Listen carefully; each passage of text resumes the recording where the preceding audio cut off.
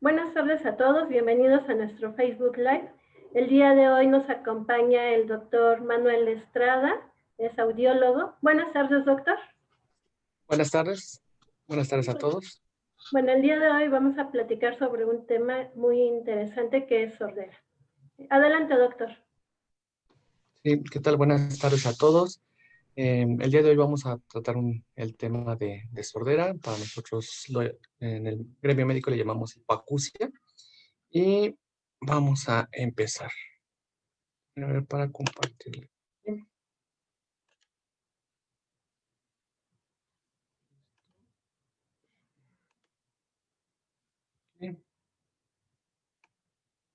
Bien.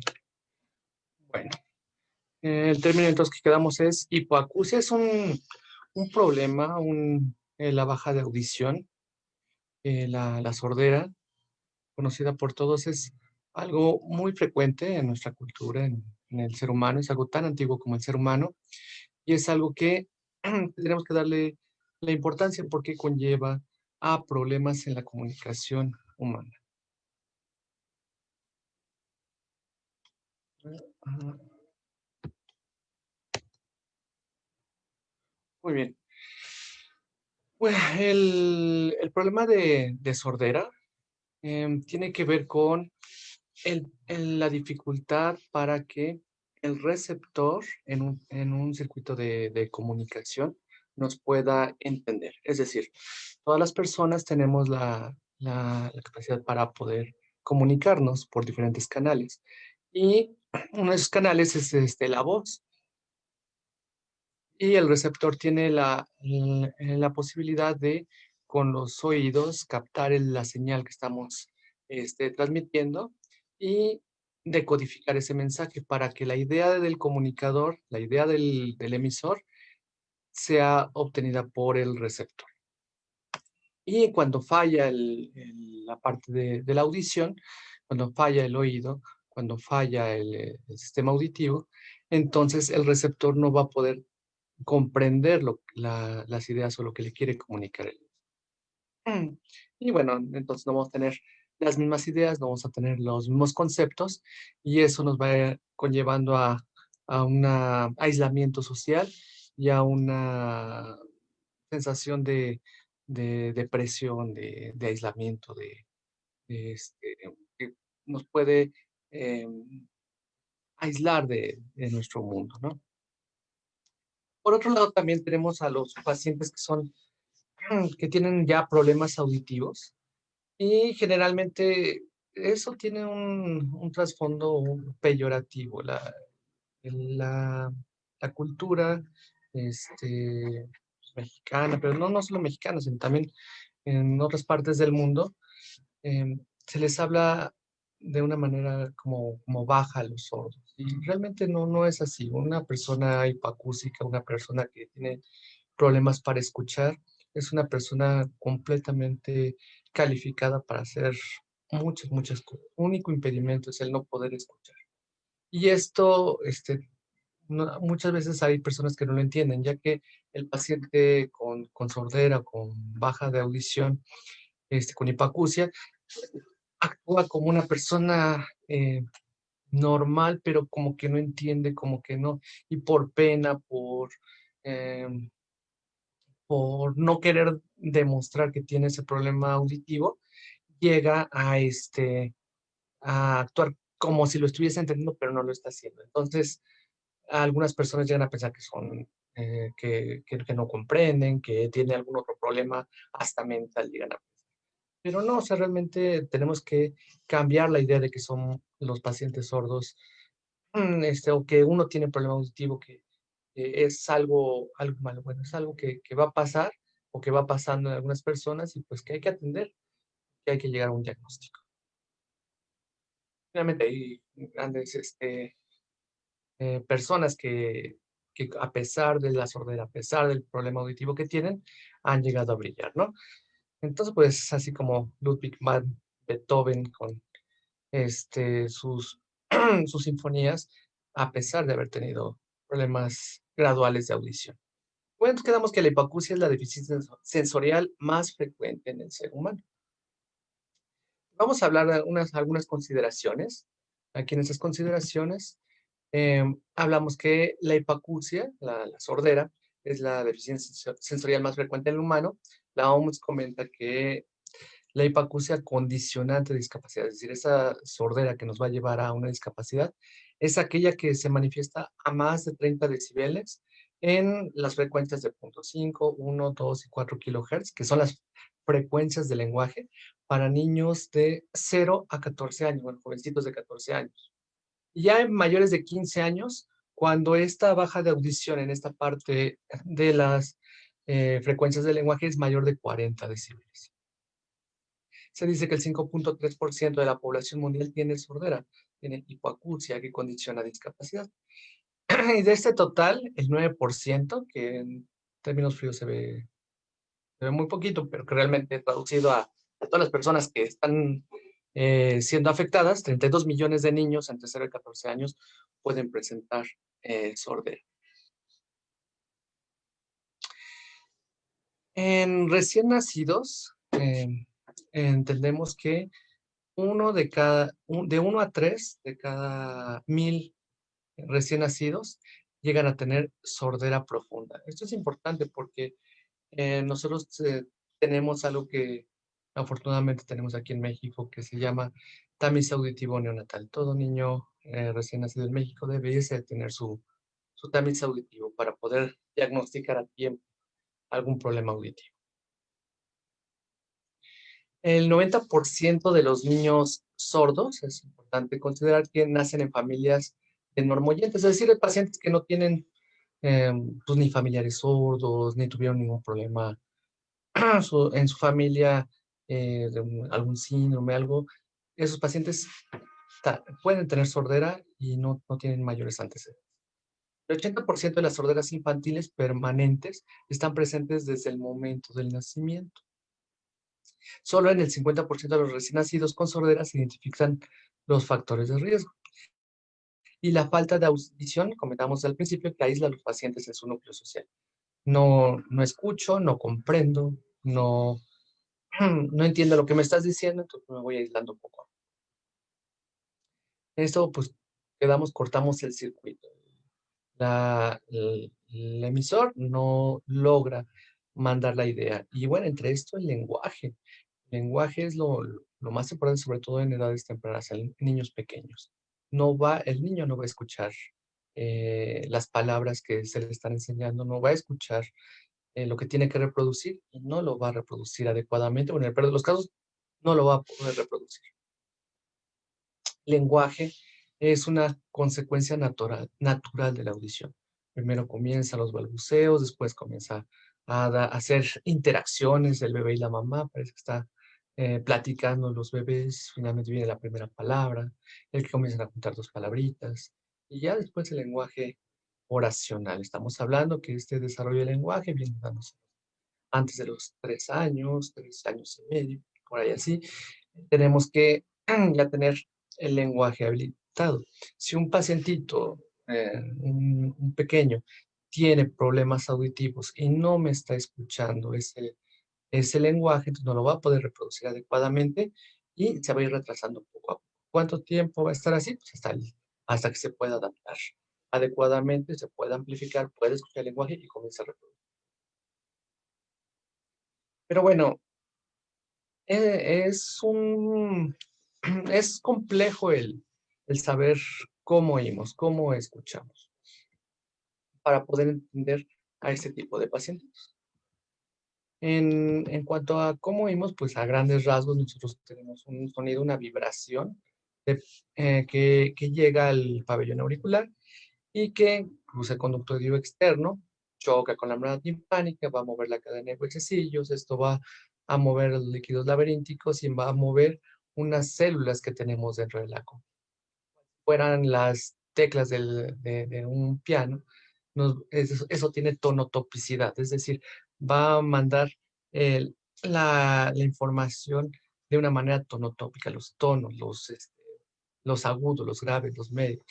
Eso lo va a mandar hacia el nervio auditivo y eso finalmente se va a procesar en la corteza cerebral. Este esquema me gusta porque pues está como sencillo para tratar de entenderlo, tratar de ver cómo funciona. Finalmente, este ya es un esquema ya más enfocado a la realidad, en donde nosotros tenemos lo mismo. Tenemos el pabellón auricular, tenemos el conducto auditivo externo, tenemos el oído medio, tenemos el oído interno y las fibras del nervio auditivo que va a llegar hacia la corteza, que va a llevar la información al tallo cerebral y finalmente a la corteza cerebral. Y bueno, para fines prácticos, nosotros dividimos el oído en tres partes importantes: oído externo, oído medio y oído interno. Esto es importante porque hay algunas enfermedades, algunas patologías que nosotros vamos a encontrar en el oído externo. Vamos a encontrar algunas patologías o enfermedades que van a estar en el oído medio y otras tantas en el oído interno. Y eso pues tenemos que tomarlo en cuenta porque dependiendo de ello es nuestra rehabilitación auditiva. Dependiendo de ello y del diagnóstico que hagamos es el pronóstico para poder rehabilitar a nuestros pacientes. Entonces, tenemos una gran cantidad de tipos de pacientes. No, a veces pensamos en la sordera como algo sencillo, algo que, pues no escucho adecuadamente, súbeme el volumen de la tele, o pues vamos a comprar ese aparato auditivo que nada más como que le suben el volumen y pues me amplifica, pero, pero ¿qué problema está teniendo nuestro paciente? ¿Qué, de qué edad es? Es un bebito que llegó a tener muchos problemas al nacimiento, que estuvo en una unidad de cuidados intensivos, es algún bebito que llega a tener algún tipo de síndrome, y su sordera está asociada a ese síndrome, pacientitos con síndrome Down, la biparada vendido, es una mujer joven, es un adulto joven que es económicamente activo y que necesita escuchar, que trabaja en una oficina, que tiene que estar en juntas, o es un niño que tiene problemas de lenguaje y que está retraído socialmente y que no está escuchando. Necesitamos amplificarlo para que comience a escuchar y comience a tener mejores rendimiento en el lenguaje. O es un adulto mayor que ya por la edad, por el trabajo, que fue herrero, que trabajó con mucho ruido y que tiene problema auditivo y que pues ya sus ganas de escuchar ya es para estar en la familia y compartir, ¿no? Entonces, son varias situaciones que tenemos que tomar en cuenta para poder adaptar y para poder tratar a esos pacientes con sordera. Bueno, ¿y quién se va a atender con baja de audición? Bueno, realmente nosotros aquí tenemos los síntomas de que nos indican que vamos a tener un problema auditivo, que podemos tener un problema en el oído. Tenemos aquí la hipoacusia o la baja de audición, la sordera, pacientitos que llegan a sentir que no escuchan adecuadamente, que no, que como que oigo el ruido, pero no entiendo lo que me dicen. He ido acrecentándose paulatinamente, puede ser lentamente progresiva o a veces hay pacientes que es de manera súbita pierden la audición. Esa es una urgencia. Si una persona pierde súbitamente la audición, se tiene que atender lo más pronto posible en un centro auditivo. Hay que hacer su prueba y valorarlo, porque entre más rápido se atienda, hay más posibilidades de que ese paciente pueda mejorar su audición. Acompañado a los problemas de oído, pues regularmente viene acompañado con el zumbido, el tinnitus. Este zumbido que es constante, uni o bilateral en alguno de los dos oídos y que es molesto para los pacientes.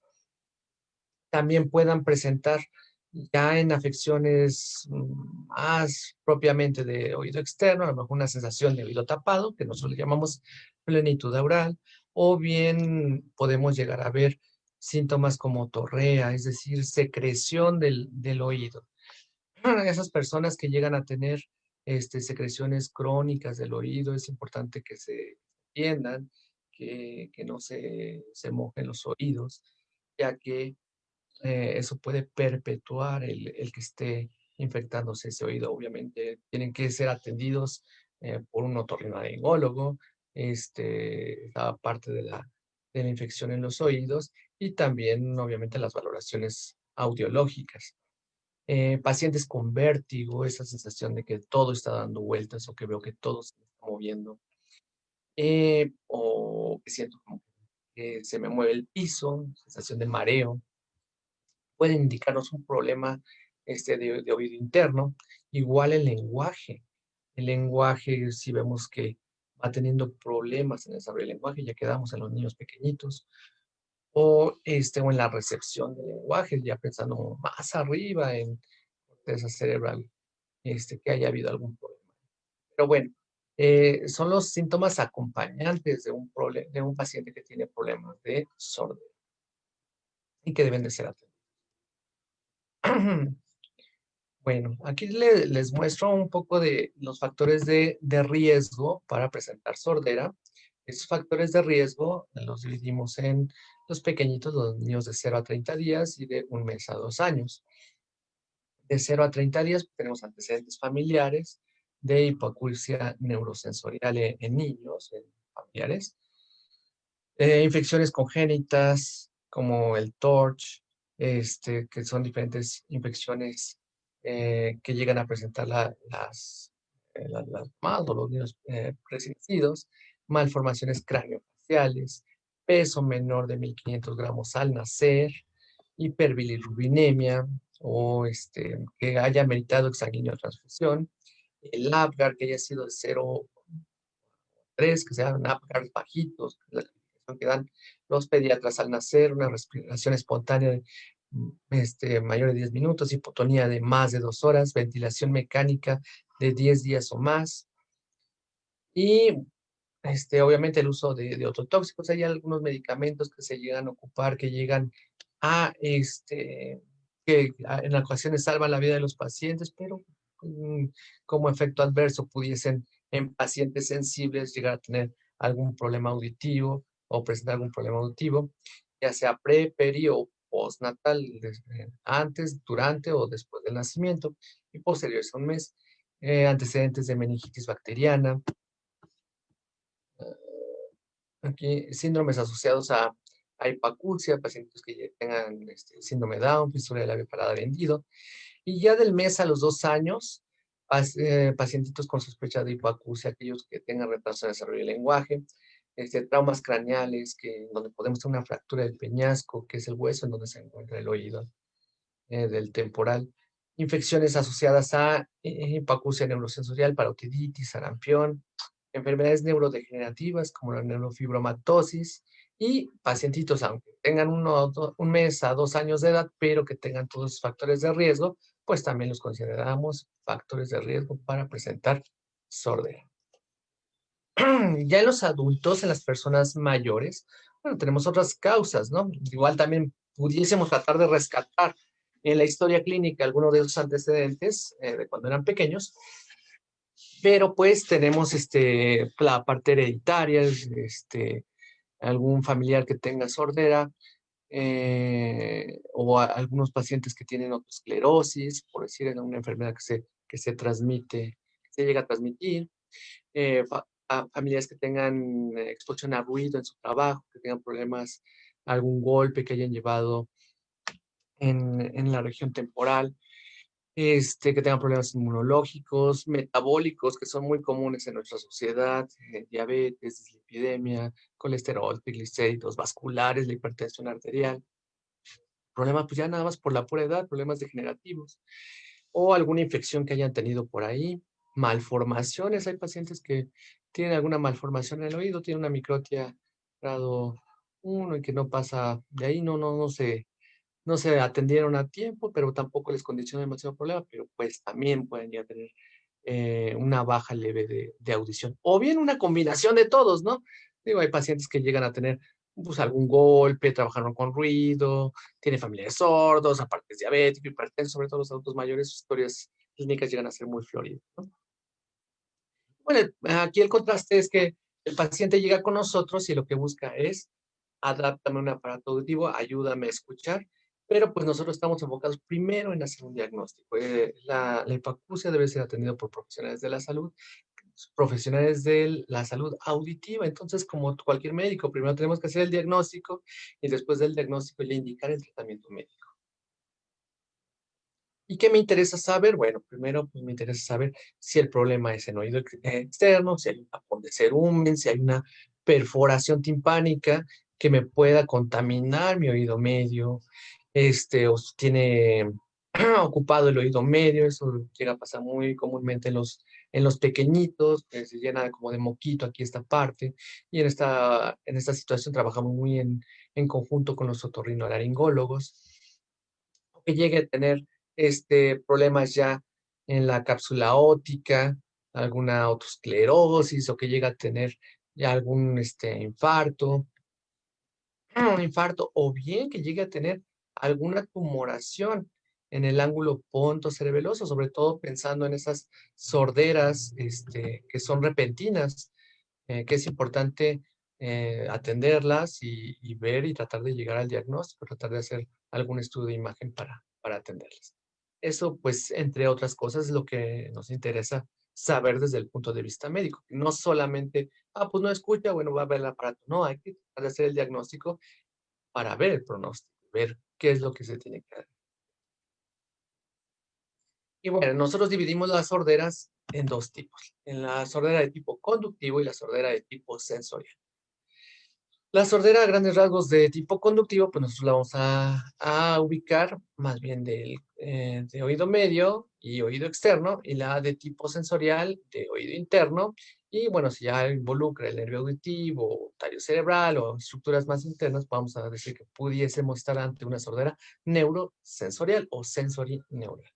Y bueno, tratar de hacer esta distinción nos ayuda a encontrar el problema y darle una mejor solución a nuestro paciente. Durante la exploración física, ¿qué hacemos? Bueno, nosotros en la exploración física, lo primero que hacemos pues es el hábitus exterior, vemos al paciente, hablamos con él. Regularmente los pacientes con sordera, si es unilateral, nos presentan el mejor oído y nos, tratando de escuchar y prestar atención qué es lo que nos están diciendo las personas, ¿no? Tratar de entender qué es lo que nos están diciendo. Vamos a ver la actitud auditiva, a ver eh, si tiene una actitud de una sordera profunda, si tengo que gritarle, si tengo que hablar muy, muy fuerte para que me entienda esta persona, si tengo que repetirle las cosas. El lenguaje, vamos a ver si son niños pequeñitos, ver si tiene algún problema, si va a tener, si cambia letras, si cambia sonidos que él piensa que está escuchando por otros en su lenguaje cotidiano. La marcha, si tiene problemas de mareo, si tiene problemas de equilibrio. Nistagmo, que es el movimiento de los ojos, también muy encaminado a los problemas auditivos, si vemos que sus ojos se están moviendo hacia un punto, hacia otro. Como son los pabellones auriculares, si tiene un pabellón normal o si tiene algún grado de microtia, de malformación dentro del oído. Y la estotoscopía, vamos a observar con el otoscopio, vamos a observar la membrana timpánica y ver que todo esté íntegro, que todo esté bien hasta donde podemos ver con el otoscopio, que es hasta el oído externo. Podemos hacer una prueba de diapasones. En esta prueba de diapasones vamos a colocar este diapasón en diferentes puntos, en el frente, en la nariz, en la mastoides, en la parte de enfrente, y eso nos va a dar diferentes pruebas, la de René, Weber, Sauvage, tratando de ubicar si el problema es conductivo o sensorial. Eso, antes de pasar a las pruebas ya más específicas de la audición. Y bueno, ya pasando, entonces ya tenemos alguna orientación, ya tenemos alguna orientación diagnóstica y vamos a pensar en hacer las pruebas. De las pruebas tenemos diferentes tipos de estudio que hacemos los audiólogos. Y dependiendo de la historia clínica y de la exploración física, es el tipo de prueba que vamos a hacer. Tenemos la audiometría tonal, la logoaudiometría, la impedanciometría, las emisiones acústicas, los potenciales de estado estable, los de tallo cerebral, que nos van a ayudar a hacer el diagnóstico, ver dónde está la audición y tratar de ubicar hacia dónde está el problema desde la valoración audiológica. En este estudio que se llama audiometría tonal, en ese estudio necesitamos meter al paciente en una cabina sonoamortiguada en donde se limita el sonido que hay externamente. Se le coloca al paciente unos audífonos y nosotros, el explorador, salimos, le cerramos la puerta y ocupamos un audiómetro. Con ese audiómetro, nosotros le mandamos diferentes sonidos y esos sonidos eh, va a escucharlos el paciente y cada que escuche un sonido, él nos va a avisar que está escuchando el sonido, ya sea levantando la mano, apretando un botón, de la forma que sea. El punto es que nos podamos comunicar en qué momento el paciente está escuchando el sonido. Y entonces valoramos las frecuencias graves, las frecuencias medias y las frecuencias agudas. En esto, nosotros, si alcanzan a ver aquí en el dibujito, tenemos esto que se llama banana speech. El banana speech nos indica los sonidos del lenguaje. En esta sombra que tenemos aquí deben de caer los sonidos del lenguaje. Y por aquí tenemos pues la Z, la B, frecuencias graves, la E, la N, la G, ya caen frecuencias medias, la P, la G, la Ch, y frecuencias ya muy agudas, la TH, las, ¿no? Y tenemos aquí las intensidades. En la casa de las frecuencias, que están los graves, los medios y los agudos. Y hacia acá, hacia abajo, tenemos las intensidades. Dentro de las intensidades tenemos las de 0, 10, 20 decibeles hasta 120 decibeles. Lo normal es que nuestra audición esté en esta línea, arriba, todo esto, que son menos de 20 decibeles. Más abajo, nosotros podemos tener pérdida auditiva o bien una sordera muy profunda o hasta restos. Entonces, con eso sacamos nosotros en audiología decimos que el rojo es derecho y azul es izquierdo. Para ello, vamos a ocupar diferentes signitos, como estas bolitas que tenemos aquí, para el oído del lado derecho y tachecitos para el lado izquierdo. Y nosotros aquí tratamos de diferenciar, valoramos dos vías, la vía aérea y la vía ósea. Nosotros con la vía aérea ponemos los audífonos que comentábamos y con la vía ósea ponemos un vibrador óseo. Y con eso obtenemos los signitos que están arriba, la vía ósea. Cuando está separado decimos que es conductivo y cuando está junto decimos que es sensorial. Eso comentábamos para diferenciar si el problema es en oído externo, oído medio o si el problema es en oído interno. El otro estudio que tenemos para valorar la audición es la logoaudiometría. En la logoaudiometría nosotros nosotros repetimos una serie de palabras y esas series de palabras, el paciente las tiene que repetir y tenemos un porcentaje de repetición de las palabras. Nos puede repetir el 100%, el 90%, el 80%, el 70%. Y nosotros se lo decimos a diferentes intensidades. Y entonces, dependiendo de la curva que nos vaya saliendo, entonces nosotros podemos decir si es una audición normal, si es un problema conductivo, si nada más la curva está desplazada, o si yo le hablo y no me discrimina palabras, a lo mejor algo sensorineural o algo neurológico en donde a lo mejor nos daría la idea de pedir un estudio más a fondo como una resonancia magnética. La impedanciometría se ocupa un equipo que se llama impedanciómetro y nos ayuda a ver cómo está funcionando el oído medio. Tenemos una curvita y con esta curvita vemos si tiene un buen movimiento el tímpano o podemos ver si está ocupado y no da movimiento. Podemos ver si tiene reflejos acústicos estapediales. Esto para ver esta parte aquí, entre el oído externo y el oído interno. Este oído medio, con la desembocadura de la trompa de Eustaquio, que aquí está más amplificada la trompa de Eustaquio, es un problema común en los niños pequeños, donde llegan a tener cierto problema en el desarrollo del lenguaje, no es total, pero sí tienen cierto problema en el desarrollo del lenguaje y con algunos de ellos con medicamento, con algún tubito de ventilación, llegan a mejorar su audición. Las autoemisiones acústicas, otro estudio, este es de los estudios más padres que tenemos, que es el tamiz auditivo. Este es el que les comento, todo niño recién nacido tiene que tener su tamiz auditivo. Y recordando, 1 de cada 3 por cada 1000 nacidos vivos van a tener problemas auditivos. El 90% proviene de familias normoyentes. Y aquellos pacientes, es importante, con factores de riesgo, aquellos que estuvieron en UCI, que tuvieron problemas para nacer, la incidencia va a ser de 1 en cada 50. 1 de cada 50 va a tener problemas auditivos. Por eso es muy importante. Si bien que todos tengan tamiz auditivo, sobre todo los pacientes que tuvieron problemas, que estuvieron en UCI, en alguna terapia de cuidados neonatales, deben de tener su tamiz auditivo para ver si hay que continuar estudiándolos. Aquí les pongo un pequeño esquema del tamiz auditivo. Nosotros aquí en el tamiz auditivo tenemos el grupo A y el grupo B. En el grupo A, pues son todos los recién nacidos, sin factores de riesgo, y en el grupo B, los que tuvieron factores de riesgo. Se hace el tamiz auditivo y lo que nos da en el tamiz auditivo, a veces me preguntan, oiga, y aquí sabemos cuánto está escuchando el bebé. No, no, no. El tamiz auditivo nada más nos dice, pasa o no pasa. Es decir, me indica a qué pacientes, con qué pacientes me voy a quedar, con qué pacientes vamos a seguir estudiando. Si pasa el tamiz auditivo, entonces vamos a mandarlo a casa, vamos a mandarlo a seguimiento de desarrollo del lenguaje, esto ya sea con su pediatra, con su médico familiar, con su médico general, en el primer nivel de atención. Si no pasa, entonces eh, hacemos algo que se llama potenciales provocados auditivos del tallo cerebral.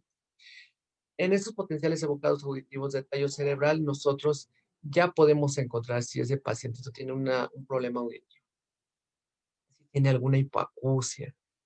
Pero bueno, con los potenciales únicamente podríamos ver en frecuencias agudas, necesitaríamos ver el resto de las frecuencias. Por la conformación de los potenciales, la forma en la que nos esté dando las latencias, las ondas que están teniendo los potenciales, nosotros podemos ver si el problema es conductivo o si es sensorial. Si es conductivo, bueno, le vamos a hacer un timpanograma, que el anterior, con las curvitas, para ver cómo está funcionando el oído medio, y eso lo va a ver, si tiene problema, el otorrinolaringólogo, y el otorrinolaringólogo ya nos va a regresar para volver a hacer potenciales y ver si ya mejoró su problema auditivo y lo podemos pasar a desarrollo de lengua. Si el problema es sensorial, si tiene una sordera profunda, una severa, entonces le hacemos otro tipo de estudio que se llama potenciales de estado estable. Esto nos va a ayudar a hacer una electroaudiometría. En esta electroaudiometría es como una audiometría como la que metíamos a los pacientes, a los adultos en la cabina, pero pues este es para bebés, que no le podemos decir, oye, aprieta el botón cada que me escuches. Con esta electroaudiometría nosotros podemos ver el resto de las frecuencias, no solo las frecuencias agudas de los potenciales, sino el resto de las frecuencias, esto con miras para adaptar un auxiliar auditivo. Y ya si podemos adaptar un auxiliar auditivo, entonces ya nos apoyamos de terapia de lenguaje, para que ese bebé se le dé seguimiento del desarrollo del lenguaje y ver que todo vaya en orden. Si no va en orden, si a pesar de ponerle el aparato auditivo, no mejora su audición, no mejora el lenguaje, ya sea que tenga una sordera muy, muy grande, la sordera, muy profunda, pues, entonces vamos a ingresarlo a un equipo multidisciplinario, donde va a estar nuestro otorrinolaringólogo, nuestro psicólogo, nuestro pediatra, trabajador social, y junto con audiología y terapia de lenguaje, se decidirá o se puede tomar la decisión de que ese paciente sea candidato a uso de algo que le llamamos implante coclear. Este implante coclear, introducimos una cadena de electrodos, el otorrinolaringólogo se encarga de hacer una cirugía en donde va a meter una cadena de electrodos en la cóclea para estimular directamente el nervio auditivo y tratar de que este pequeño pueda escuchar.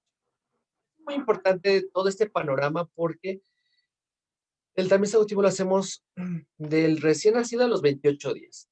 Y hasta llegar acá tiene que ser, pues antes de los 3 años, para tratar de alcanzar los mejores resultados.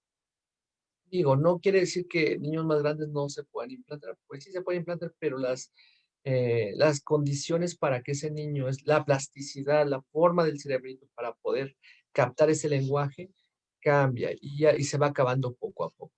Por eso todos esos estudios en algunas ocasiones se tienen que repetir, en algunas ocasiones no salen a la primera vez. Entonces, haciéndolo de manera temprana nos ayuda a hacer el diagnóstico temprano y el tratamiento oportuno lo más temprano que se pueda. Bueno, estos son los potenciales evocados. Para los potenciales evocados necesitamos que el pequeñito esté dormido y lo conectamos a un procesador en una computadora y nosotros obtenemos estas curvitas en donde vamos viendo la onda quinta, que es lo que nos más interesa, y buscamos la intensidad hasta ver dónde está la audición de ese paciente. En los potenciales auditivos de estado estable comentamos que ya teníamos el resto de las frecuencias para ver cómo está la audición y poder hacer una electroaudiometría. Y bueno, entonces de la hipacusia, de la sordera, tenemos diferentes consideraciones que ya quedamos, que están un poquito resumidas. Tenemos, dependiendo de la conformación de la audiometría tonal, tenemos si es una sordera leve, moderada, severa o profunda del punto de vista cuantitativo. Del punto de vista topográfico, si es de transmisión, si es una sordera conductiva, si es neurosensorial, si el problema está más atrás de oído medio, puede ser una cocleopatía, una cortipatía, una neuropatía. Dependiendo del punto de vista cronológico, nosotros podemos dividir las sorderas genéticas, hereditarias, adquiridas, si son antes del nacimiento, durante el nacimiento o después del nacimiento. Y referidos a la adquisición del lenguaje, podríamos ver que los niños pueden tener una sordera prelocutiva antes de iniciar el lenguaje o postlocutiva después de iniciado el lenguaje. Bueno, ¿y qué vamos a hacer? Bueno, depende mucho de las expectativas. Un niño, pues echarle todas las ganas para tratar de que ese niño pueda desarrollar el lenguaje. Si nuestro problema es comunicación y bueno, si ya tiene lenguaje, pero quiere adaptarse para poder estar en juntos, eso es algo que condiciona o tener en cuenta. O aunque no tenga posibilidades de escuchar lenguaje, pero vive en un entorno y que a lo mejor el usar un aparato auditivo para pérdidas profundas y escuchar el ruido le pueda ayudar a escuchar los medios de su entorno, aunque no sea lenguaje, pero el que le puede salvar la vida, o que puede alertarla ante un momento de inseguridad, ¿no? Un asalto, alguien que se acerque por detrás y que puede escuchar, sería buena opción, aunque no nos dé para desarrollar el lenguaje. Bueno, cuando adaptamos a una persona, cuando sugerimos una adaptación, a veces pensamos que va a ser algo pues muy caótico, que va a ser algo muy grotesco dentro de los oídos, pero bueno, no realmente ahorita ya los equipos de adaptación ya son más discretos y más útiles que anteriormente. Bueno, ¿para qué tenemos para las hipoacusias conductivas? Hay opciones quirúrgicas y opciones no quirúrgicas. Las opciones quirúrgicas, tenemos, bueno, dependiendo si es un problema de autoesclerosis, si hay un problema de que tenga moquito aquí el niño, se les llega a poner tubitos de ventilación, esto lo hace compañeros de otorrinolaringología. Em, si hay perforaciones timpánicas, si hay colesteatomas, si hay infecciones crónicas en el oído, también el tratamiento es con otorrinolaringología, ¿no? Y bueno, la amplificación se trata de buscar amplificar por medio de vibradores óseos. Por decir, en esta pequeñita no podemos poner una vía aérea, una curveta o algo porque no tiene conducto auditivo. Entonces se llegan a colocar estos vibradores óseos para que ella pueda escuchar mejor. O también hay algunos sistemas que se puedan implantar para vibrar de la punto de vista óseo para estas sorderas conductivas, o bien de la misma forma de diademas, pero que queden así como un poco más discretas, también se puede. Y para las hipoacusias sensorineurales, que son las que van atrás, que tienen que ver con después de oído medio, toda la parte de atrás, la cóclea, el nervio auditivo. Tenemos las curvetas, tenemos los completamente intracanal, tenemos diferentes tipos de equipos, los analógicos, que eran los más antiguitos, y los digitales, ¿no? Todos estos equipos es importante hacer notar que un buen equipo auditivo, pues, tiene tecnología. Realmente lo caro de un equipo es la tecnología que tiene. No son amplificadores de sonido nada más. Esos equipos amplifican frecuencialmente, se adaptan, es decir, nosotros metemos los datos de la audiometría de cada paciente a este tipo de equipos y eso los hace especiales. Tienen aparte programas, tienen supresores de ruido, tienen ambientes. Para cada paciente tiene un entorno completamente diferente que hace que este, el escuchar sea una experiencia diferente. Y hay algunos aparatos auditivos que solamente sirven para amplificar, solamente tienen volumen y no son nada específicos y que al contrario, en algunos casos pueden lastimar la audición de los. De hecho, hasta un buen aparato auditivo se le hace un molde a la medida ah, para que pueda conectarse al aparato. Tenemos varias opciones en el mercado, hay diferentes tipos de aparatos auditivos. Y finalmente hay algún otro tipo de recursos, como es el implante coclear, que es cuando tenemos ya un pacientito que no tiene posibilidades de colocarse un aparato auditivo, que su aparato auditivo ya no le rinde y que tiene sorderas neurosensoriales. Entonces, se coloca una cadena de electrodos dentro de la cóclea. Obviamente esto se debe hacer con un equipo multidisciplinario, con la valoración de un equipo multidisciplinario y se coloca, se inserta un receptor interno y por fuera se coloca la antena y un receptor externo y esto hace que el sonido lo reciba, lo mande por la antena, lo mande al equipo, al implante coclear y esto estimule directamente las fibras del nervio auditivo para tratar de que ese paciente tenga una experiencia auditiva, que no es la misma de la que naturalmente tenemos, pero este es uno de los últimos recursos que dan este tipo de pacientes. Obviamente, eh, es un recurso que no es económico, es un recurso que requiere las valoraciones constantes de diversos especialistas y que aparte también necesita el seguimiento de la terapeuta de lenguaje, de terapia de lenguaje. La rehabilitación auditiva en los niños, trabajamos en conjunto con terapia de lenguaje para que se pueda, lo que escuche, que aprenda a escuchar el lenguaje, que aprenda a entender el lenguaje. Es una parte muy importante en un equipo de rehabilitadores auditivos y de lenguaje.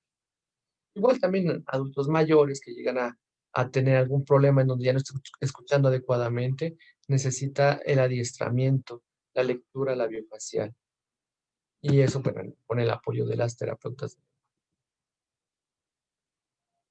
Realmente les comparto esto de pensamiento de Helen Keller, una mujer que tenía problemas para ver y para escuchar. Y ella comentaba que entre no ver y no oír, sin ninguna duda es mucho peor no oír, pues no ver te incomunica con los objetos, pero no oír te incomunica con las personas y eso te convierte en. Entonces, al escuchar, digo, dicen que nadie sabe lo que tiene hasta que lo ve perdido. El escuchar es un tesoro, es el saber, es la forma en la que podemos transmitir nuestras ideas, nuestros pensamientos, podemos transmitir nuestra historia, podemos transmitir todo el conocimiento que hemos acumulado por años, por decenios, por siglos. Y eso, mediante el escuchar, desarrollo del lenguaje, después la escritura, la lectura, nos ayuda a ser lo que somos hasta el día de hoy, ¿no? Y bueno, muchas gracias por tu atención. Y creo que viene una sesión de preguntas, ¿verdad? Sí, sí, doctor, muchas gracias, doctor Manuel Estrada. Tenemos algunas preguntas de las personas que estuvieron escuchando su plática. Ujú. Comienza Olivia Garduño, comenta que su mamá tiene 76 años y le quitaron un tapón de cerumen, pero sigue sin oír, pero es con intermitencias. ¿Qué tipo de estudios tendrá que practicarse? Valdría la pena hacer una audiometría, un timpanograma, y partir de ahí, ¿no?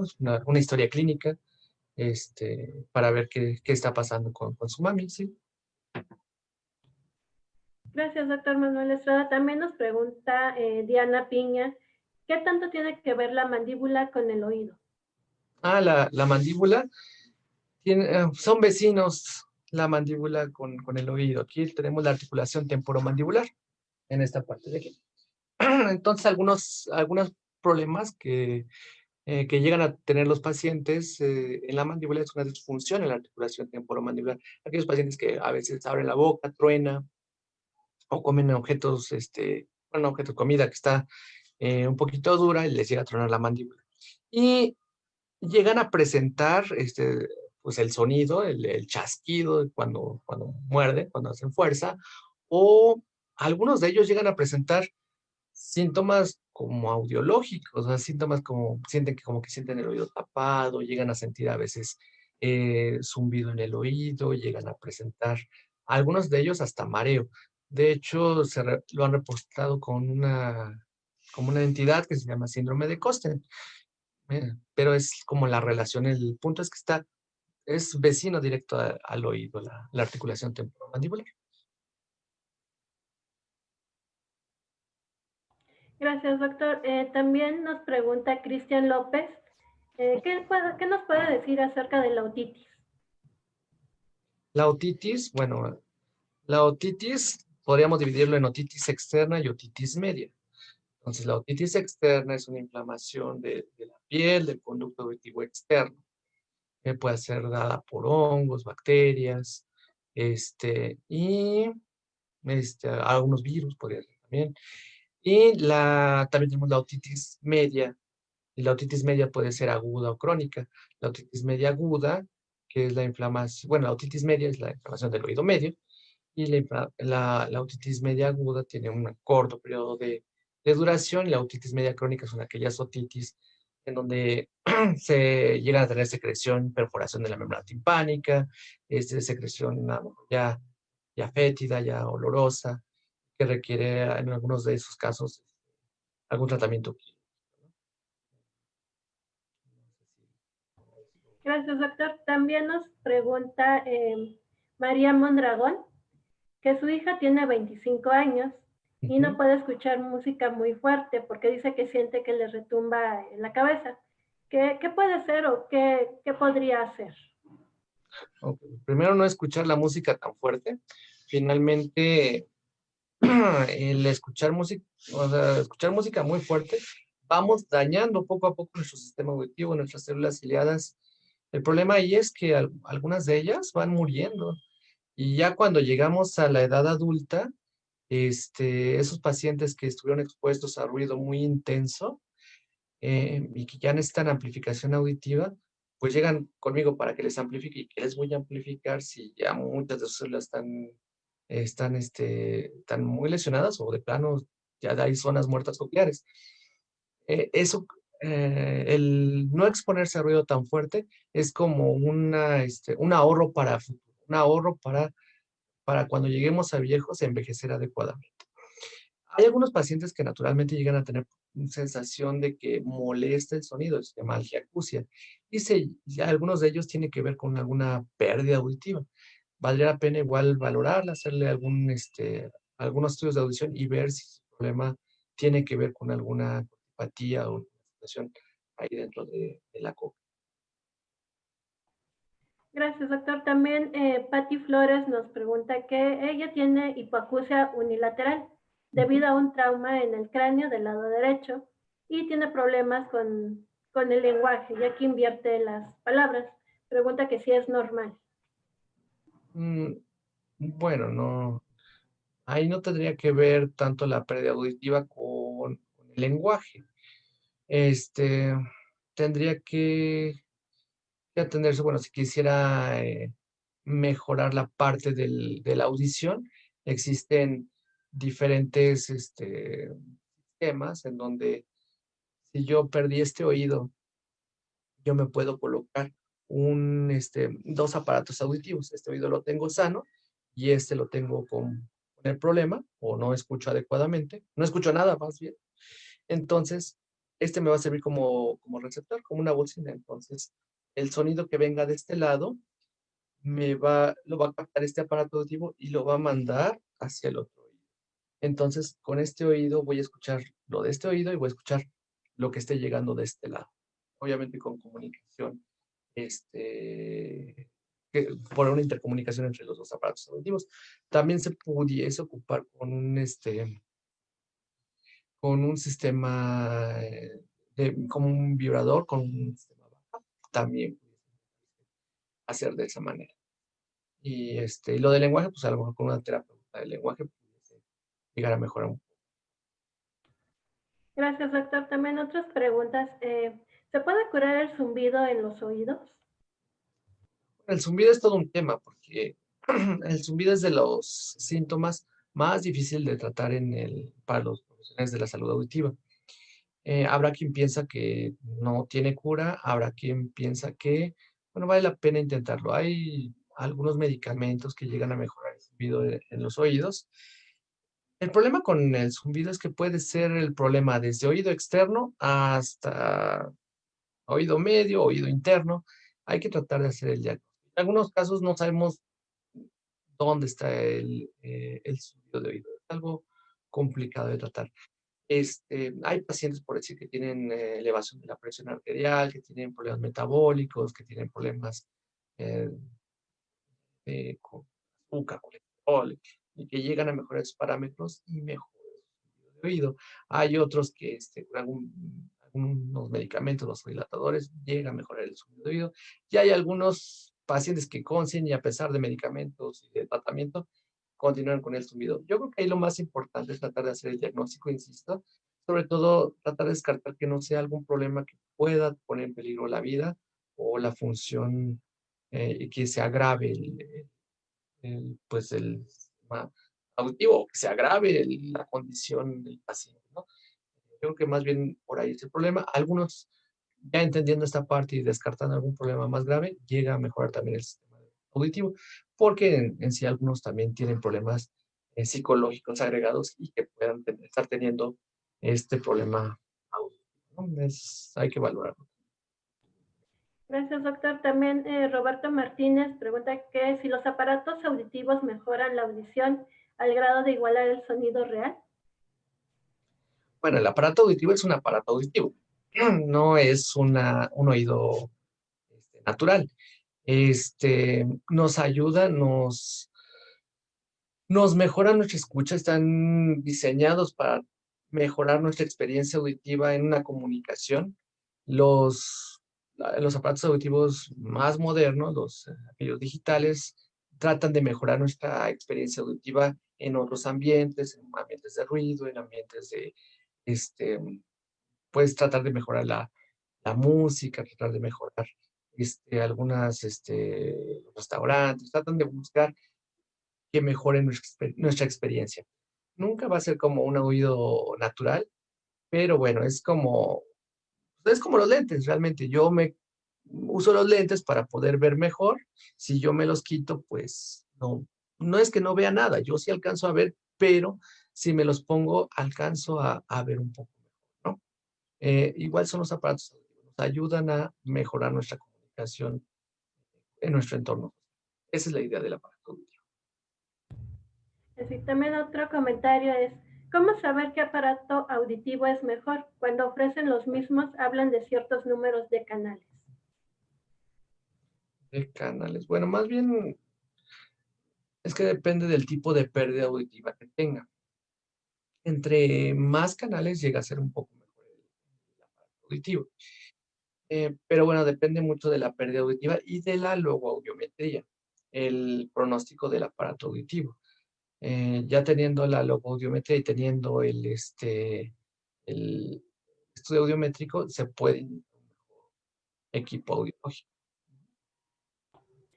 Gracias, doctor. Otra pregunta es, ¿cada cuándo se tiene que hacer un lavado de oídos? Bueno, un lavado de oído, a menos que sea necesario.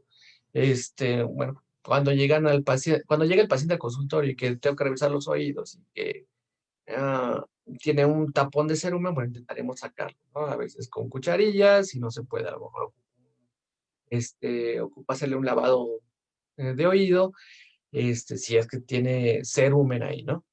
Si no tiene cerumen y si no tiene obstruido el oído por cerumen, entonces no es recomendable estarle haciendo lavado de oído. También hay que pensar que el oído naturalmente produce el cerumen. ¿Por qué? Porque la piel del conducto auditivo es una piel muy delicada y esa piel y ese cerumen lubrica el conducto auditivo externo, protege contra hongos y bacterias. Digo, no, no quiero decir que todos tengamos que tener ahí la pasta de cerumen, no, simplemente eh, no hay que meter nada en el oído y hay que dejar que tenga ahí un poco de cerumen y hay que limpiar hasta donde se alcanza a, a ver con un trapito húmedo durante el baño, limpiarnos esa parte, ¿no? Pero así rutinariamente hacer lavados de oído no lo consideraría apropiado. Gracias, doctor. Una pregunta relacionada a lo que comenta es, ¿se pueden usar los famosos cotonetes para estar limpiando el oído diariamente? Claro, bueno, el cotonete, el cotonete es un tema que no es muy adecuado para los oídos. Primero, pues no sabemos exactamente cuánto está midiendo nuestro conducto auditivo externo. Entonces, ¿cuánto va a meter el cotonete dentro del oído? No lo sabemos. Aparte, ¿para qué uso el cotonete? Para limpiar el oído. ¿Qué quiero quitar? El cerumen. Entonces, regresamos a lo que les comentaba hace ratito. Si el cerumen protege contra hongos, bacterias y lubrica el oído, entonces, ¿cómo para qué lo quiero quitar? Ahora bien, tengo demasiado cerumen. Tengo ahí un tapón de cerumen. Entonces, tengo una botella. Y en esta botella yo quiero sacar lodo que hay ahí, ¿cómo lo voy a sacar? ¿Con algo así o lo voy a sacar con algo así? Si yo agarro el lodo y lo hago esto así, pues lo voy a machacar y lo voy a meter al fondo. Y eso es lo que es un cotonete. Aparte, el cotonete tiene algodoncito y ese algodoncito se va desprendiendo. Y al desprenderse, se va combinando con el cerumen del oído y se van formando más tapones de cerumen. Entonces es un círculo vicioso porque se mete más cotonete y hace que tenga más cerumen ahí. Lo más apropiado es que se saque un tapón de cerumen, pero no es conveniente estar no, nada. Aparte, hemos tenido pacientes que eh, tienen accidentes, están metiendo el cotonete, no saben cuánto meter y se lastiman. Una o dos, pasó el niño, pasó su hijo, pasó su sobrinito y se enterró el cotonete.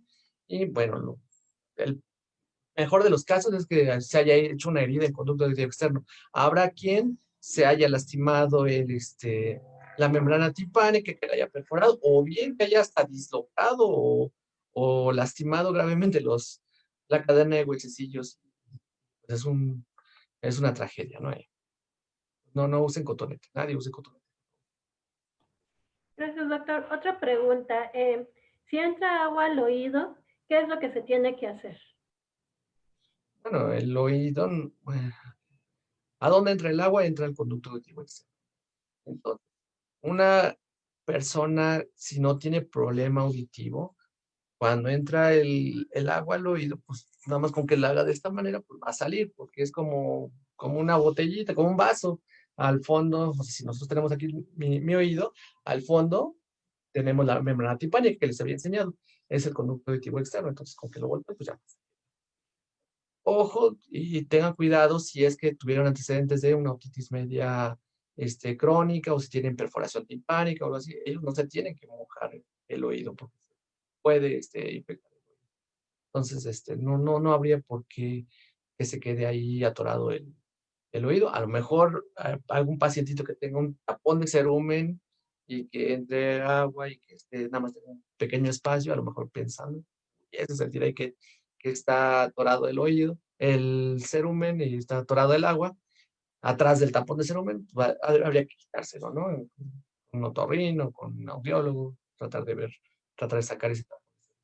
En teoría, no debiese, en condiciones normales, de atorarse el agua. Gracias, doctor. También una última pregunta. ¿Cómo saber que se reventó el tímpano? ¿Cómo saber que se reventó el tímpano? Este, eh, el tímpano. Ahí está pasando el tren. Permítame un momento.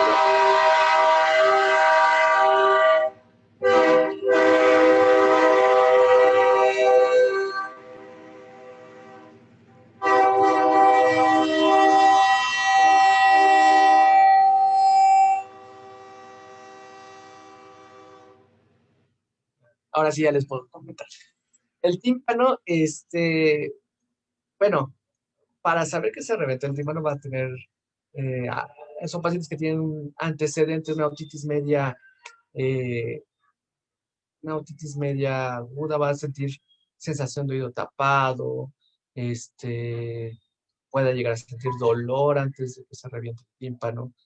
Una vez que ya se reventó, a lo mejor disminuye el dolor, pero llega a tener secreción, al principio a lo mejor un poquito clarita, amarilla, algunas veces ya fétida.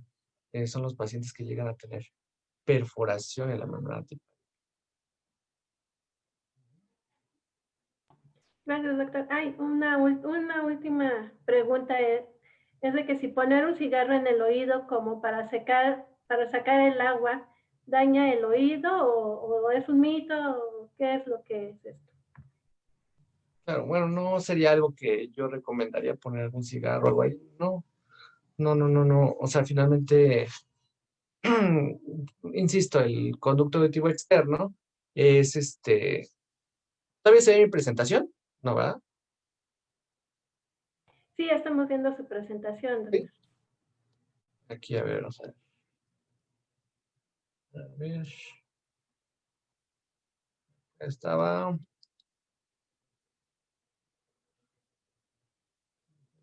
Aquí, a ver. El conducto auditivo externo, a ver, donde comentan las personas que se les queda el agua, o sea, cuando entra agua dentro del oído, entonces el agua va a estar aquí, en el conducto auditivo externo. Y el conducto auditivo externo está sellado completamente por la membrana timpánica. Entonces, si entra agua aquí, con que volteen el oído, o sea, volteen la cabeza, el agua tiene que salir por aquí. Si yo meto un cigarro aquí, no, no, o sea, ¿cómo va a sacar el agua de aquí? A menos que se absorba con el filtro del cigarro, pensando en que algo le pudiese hacer, ¿no? Pero no, no, no, o sea, y luego aparte se puede quemar el conducto auditivo, se puede quemar la oreja con la ceniza del cigarro, ¿no? Y aparte pues está respirando el humo del cigarro y eso también es contraproducente para los cilios de toda la parte de la nariz y del oído y de la trompa de Eustaquio. No, no, no, o sea, poner un cigarro no creo que sea buena idea. Y no tendría por qué atorarse aquí el agua, o sea, simplemente volteando la cabeza tendría que salir, a menos que hubiera algo que obstruyera el conducto auditivo externo, que entre el agua y que quedara por aquí, pues habría que quitar esta obstrucción para que pudiera salir adecuadamente. Eso en condiciones normales. Digo, hay pacientes que tienen el conducto auditivo un poquito más cerrado, más pequeño, más estenótico le llamamos, que bueno, a lo mejor puede hacer que se le atore más bien el cerumen, no tanto el agua, ¿no? Miren, aquí hay un tapón de cerumen y se llegan a ver, algunas veces no está cerrado totalmente y por eso se puede llegar a quedar algo atrás, ¿no? Cuando está bañando. Pero en una otoscopía normal, en un paciente normal, este es el final del conducto auditivo externo, esta es la membrana timpánica. Observen, está completamente cerrada, no, no tendría por qué, no hay dónde atorarse el agua, ¿no? Tendría que salir normalmente, ¿no? Pues muchas gracias, doctor. ¿Alguna recomendación final que nos dé para tener una mejor audición o cuidar nuestra audición? Claro, pues pues ahorita está muy de moda el estar usando audífonos, el estar usando o el escuchar música muy intensa. Yo les recomendaría que no se expongan a ruido, que cuiden sus oídos, que cuiden su audición. Y bueno, no lo dejen al último. Si comienzan a tener problemas auditivos, valórense. Finalmente, el no escuchar adecuadamente, sobre todo si son adultos mayores, el no escuchar nos aísla, nos pone contra las cuerdas en las reuniones familiares, en las fiestas, y pues nos vamos aislando porque no le entendí lo que dijeron, no entiendo de lo que están riendo, me vuelvo más huraño, más huraño, más huraño y termino deprimido, ¿no? Y en los niños es muy importante que todo en recién nacido tenga su tamiz auditivo neonatal, porque es la punta de lanza para comenzar a hacer las pruebas audiológicas y tratar de que un sordo profundo alcance un lenguaje oral, tratar de mejorar su experiencia auditiva, captarlo y canalizarlo a los lugares adecuados para su atención, ¿no? En sí es lo más importante y pues los oídos es algo que nos ayuda a entender muchas cosas de nuestro entorno y que debemos de cuidar. Ujú. Pues muchas gracias, doctor, por su tiempo y la plática, y muchas gracias a todos los que estuvieron con nosotros en esta charla. Bueno, ok. Buenas tardes. Muchas gracias. Buenas tardes, hasta luego. Hasta luego.